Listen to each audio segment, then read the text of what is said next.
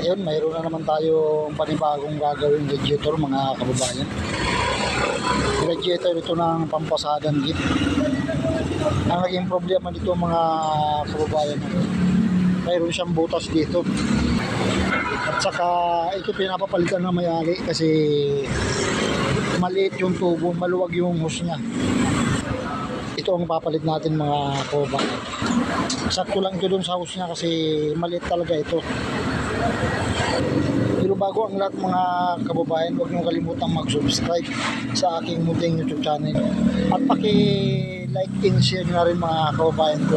Maraming salamat po sa inyong lahat.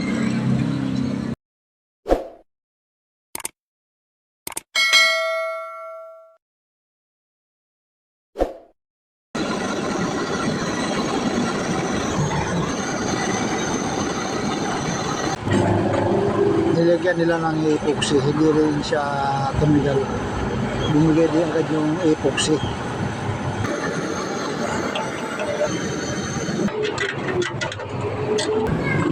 Lilinisin natin to para kumapit yung tinga.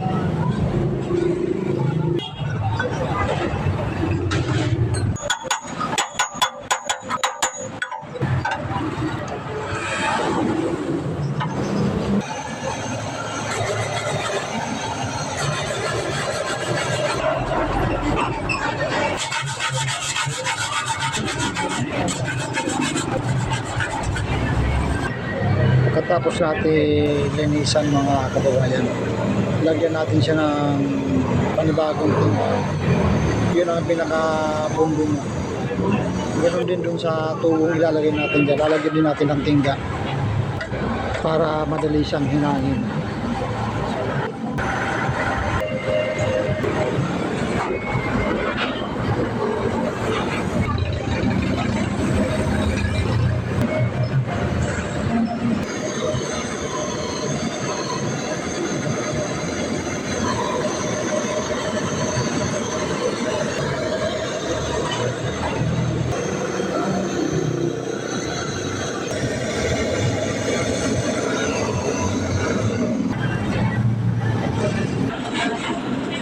Ayun, natapos na natin hinangin mga kababayan yung pinalitan natin tubo.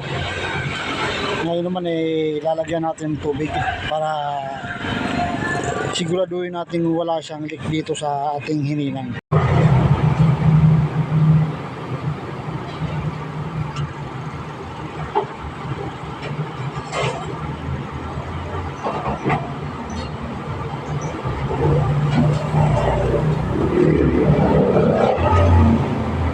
Ayan mga kababayan, wala naman siya pumapatak na tubig.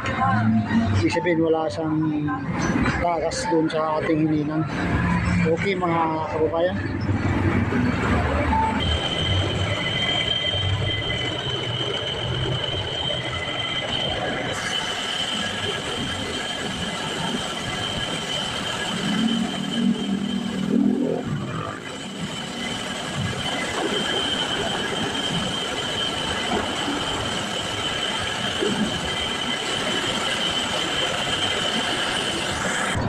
Ayun mga kababayan, natapos ko na siyang hinangin at napalitan ko na rin yung tubong maliit, kabit ko na yung malaki, nalinis ko na rin yung kanyang katawan, natanggal na yung mga alikabok. Mga kababayan, paki-subscribe, like and share itong aking munting YouTube channel. Maraming salamat mga kababayan sa inyong panunod sa aking mga vlog. Hanggang dito na lang mga kababayan. Maraming salamat sa inyo lahat. God bless you all.